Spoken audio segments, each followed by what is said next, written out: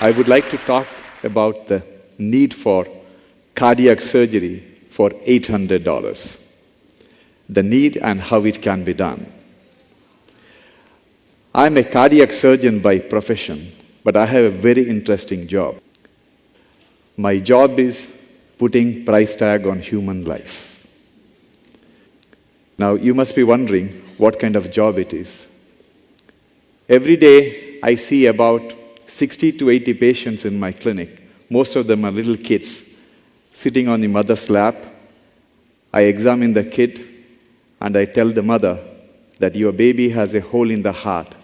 He needs an operation. She has only one question. You know what that question is?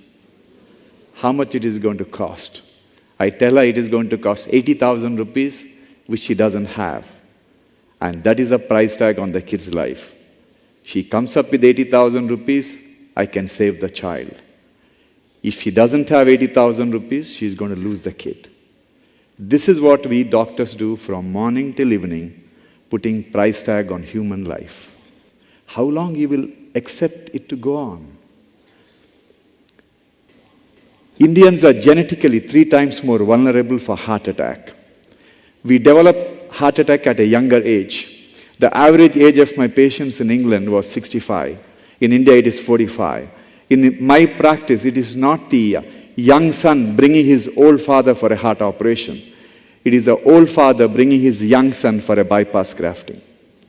We need to do 2 million heart operations a year. Can anybody guess how many heart surgeries are done? It's only about 120,000 heart surgeries a year. What happens to the remaining 1.9 million people? They perish gradually over a period of time. In the process, we perhaps produce the largest number of young widows in the world. How long you will accept it to carry on? Why this mess? This mess is because our government spends about 1.1% of the GDP on healthcare, slightly more than sub-Saharan African countries. We thought we have to look at alternative way of funding healthcare. So around 10 years ago, we convinced our state government of Karnataka, to launch a health insurance called Yashaswini. We convinced 1.7 million farmers to contribute 5 rupees per month, 11 cents per month. And government agreed to become the reinsurer. In 10 years, over 4.5 lakh farmers had varieties of surgeries, and 60,000 farmers had a heart operation, all because of the power of 5 rupees per month.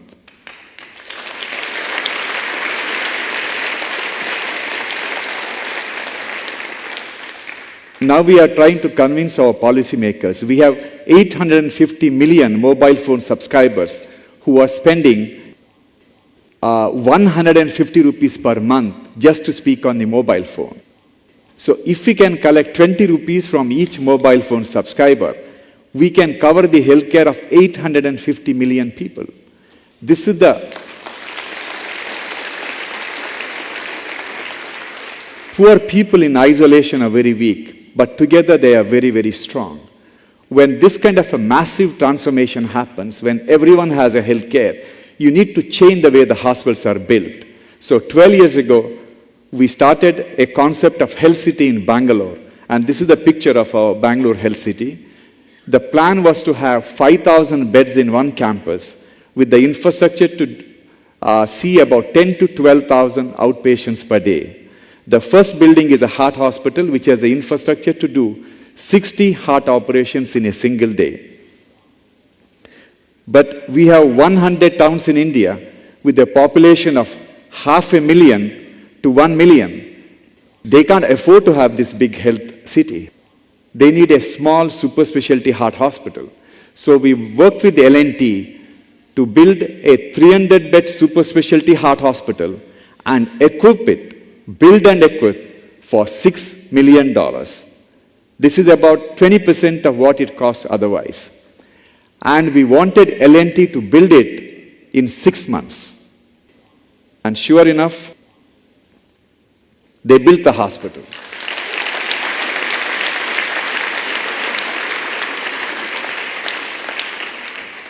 This hospital has come up in Mysore. In this hospital, after the heart surgery is done, when the patient is in the ward, patient is not taken care by the nurses alone. Patient is cared by the spouse. Traditionally, spouse or the family member has no role to play in the patient care. A typical heart patient on the 5th day is ready to go home. Family was not involved with the care. On the 5th day, we call the wife, give her one plastic bag filled with medicines and tell her, ask her to take care of the husband. She is lost. She doesn't know what to do with him. Whereas if he is involved with the entire process of caring in the hospital. So we worked with the University of Stanford University and developed a audio-video based curriculum to train the spouse to be the caregiver, so that there will be continuity of the care when the patient goes home. The economy of the 21st century will be driven by health sector, because health sector is one industry which can create millions of jobs. You look at IT industry, which gets a lot of support from the government. For $250,000 turnover in IT industry, they create about 7 to 10 jobs. In healthcare industry, to get a $250,000 turnover, we need to hire 250 people. And majority of the people in health sector are unskilled people. We hire a very small number of extremely skilled, semi-skilled people. If you want a stable society, if you want a better future, we need to create jobs for rural women. As an organization, we have over 13,000 employees across the country. And at one point of time, over 90% of our employees were women. Why women? If I have the job of cleaning the floor in the hospital, I can give the job to the man and give him 6,000 rupees salary. And he will spend 3,000 rupees on himself. And 3,000 rupees goes to the family's welfare. Instead, I give the job to his wife and give her 6,000 rupees salary. She will spend the entire 6,000 rupees on the family's welfare.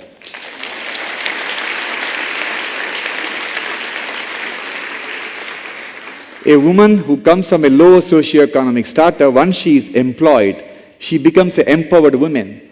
And these empowered women will discipline the children, and when these children, they grow up, they build a great nation. This is the power of job creation for the women. The next big thing in healthcare is going to happen in India. The next big thing in healthcare is not going to be a magic pill or a fastest scanner or a new operation. It is going to be utilizing IT to make the hospital safer for the patients. Believe me, hospitals are not safe for the patients.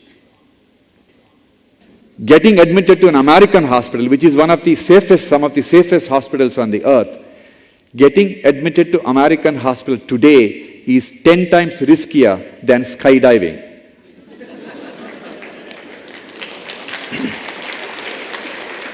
We need to make it safer. To make it safer, we have to use IT. So we are investing heavily on iPad-based solution, replacing the chart with the iPad, which will follow the patients.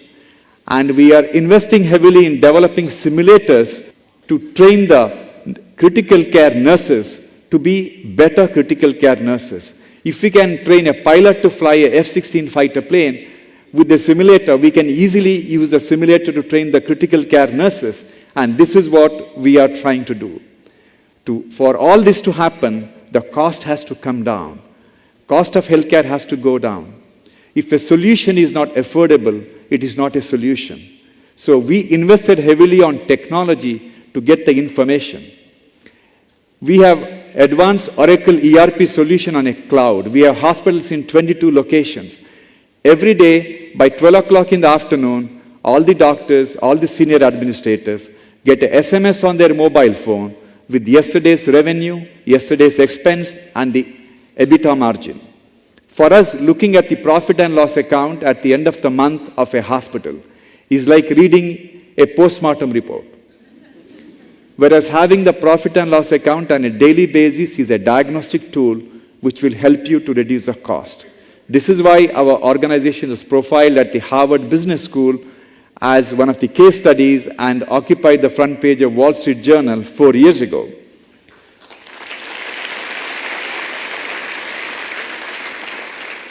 We believe that India will become the first country in the world to dissociate healthcare from affluence.